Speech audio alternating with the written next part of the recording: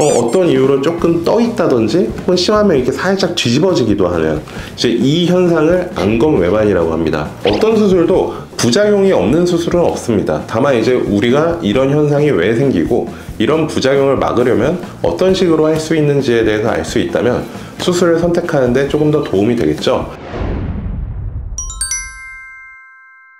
자, 안녕하세요. 저는 성형외과 전문의 한바른 원장입니다. 젊어지거나 예뻐지기 위해서 성형수술을 받으려고 결심하려고 할 때 가장 꺼려지게 되는 순간이 뭘까요? 부작용에 대한 후기를 보았을 때라고 생각을 하는데요. 눈 밑을 동안으로 만들기 위한 수술이 이제 하안검 수술인데, 하안검 수술에서 이렇게 수술을 꺼리게 만드는 부작용은 대표적으로 안검외반이라고 불리는 현상을 알고 계실 거예요. 어떤 수술도 부작용이 없는 수술은 없습니다. 다만 이제 우리가 이런 현상이 왜 생기고 이런 부작용을 막으려면 어떤 식으로 할 수 있는지에 대해서 알 수 있다면 수술을 선택하는데 조금 더 도움이 되겠죠. 그래서 오늘은 안검외반이라고 불리는 현상이 어떤 현상인지, 왜 생기는지, 막으려면 어떻게 해야 되는지에 대해서 알아보도록 하겠습니다. 안검외반이라고 불리는 현상에 대해서 설명을 하자면, 이 속눈썹 근처 보면 이제 단단하게 만져지는 조직이 있거든요.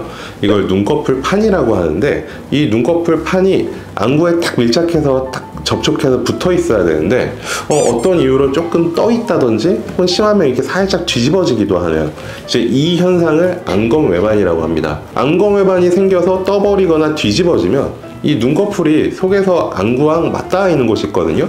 결막이라고 불리는 곳인데, 이 결막은 빨간색이에요. 그래서 눈이 이렇게 뒤집어지면 빨간 살이 드러난다고 하죠. 이건 굉장히 미관상 보기가 좋지가 않죠. 이제 눈꺼풀이라는 건 기본적으로 눈을 보호하기 위한 목적이 있는데, 이제 외부 자극으로부터 시력도 좀 보존을 하고 이제 건조하지 않게 좀 수분감을 보존하는 데도 역할을 할 수가 있어요. 자, 근데 이제 눈꺼풀이 이렇게 뒤집어져 버리면 안구가 계속적으로 노출이 되기 때문에 수분을 보존하기가 어려워서 이제 안구 건조증 같은 증상을 겪거나 뭐 시린 증상을 보이게도 되고, 이제 눈이 이제 자극을 받게 되면 눈이 계속적으로 충혈되고 각막이 손상되고 최종적으로는 시력도 손상되는 결과를 나타나게 됩니다. 수술에 있어서 안검외반이 생기는 경우는 사실 굉장히 다양하거든요.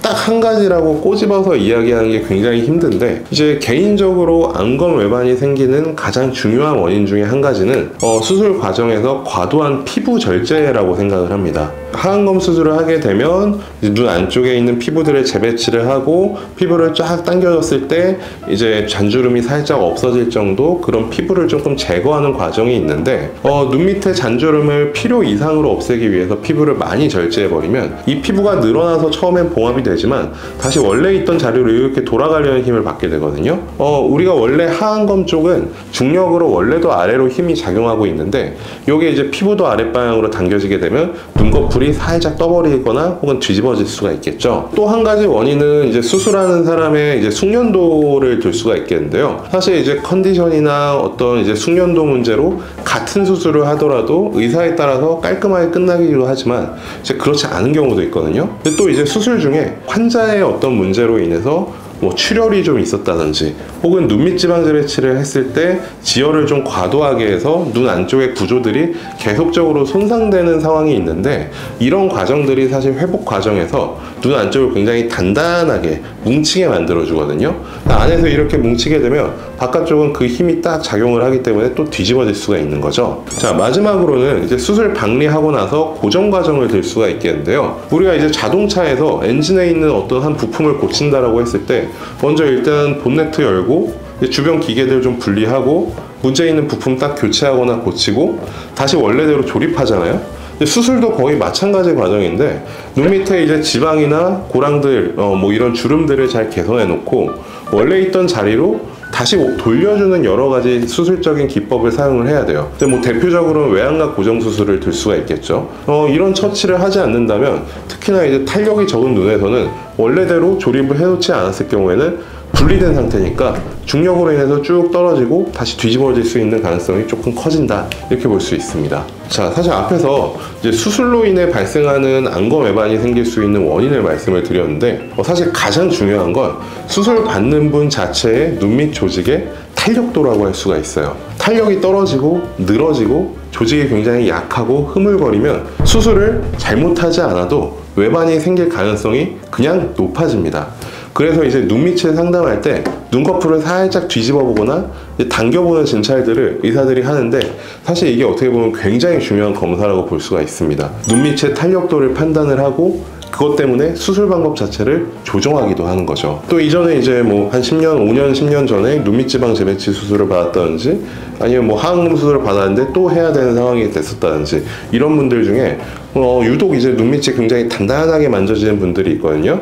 아마도 이제 이전 수술에 흉터화가 굉장히 과도하게 진행된 거라고 추측을 할 수가 있겠죠. 그래서 이런 재수술의 경우에도 안검 외반의 부작용이 좀 더 높아진다, 이렇게 보시면 될 것 같아요. 자, 그러면 이런 부작용들을 막으려면 어떻게 해야 되냐면, 일단은 탄력이 적고 내 눈꺼풀이 약하다고 수술을 안 하고 그냥 계속 내버려 둘 수는 없는 문제고, 결국은 수술을 잘 하는 수밖에 없는 건데요. 일단 잔주름을 너무 많이 없애기 위해서 피부를 과도하게 절제하는 거 일단 피해야 될 것 같고요. 그 다음에 이제 지방을 재배치할 때 건강한 조직에 손상이 가지 않도록 최소 조작으로 수술을 하는 게 중요하죠. 이 최소 조작이라는 건 수술을 뭐 안 한다는 뜻이 아니라 수술 부위만, 거의 다른 부위는 손상이 가지 않게 조심하고 깔끔하게 수술을 한다는 의미라고 보시면 될 것 같고요. 이제 수술 전에 눈 밑 탄력도를 미리 체크를 해서 외양각 고정 수술을 할지 하지 않을지 한다면 타이트하게 고정을 할지 아니면 조금 널널하게 고정을 할지, 이런 것들을 제대로 판단을 해야겠죠.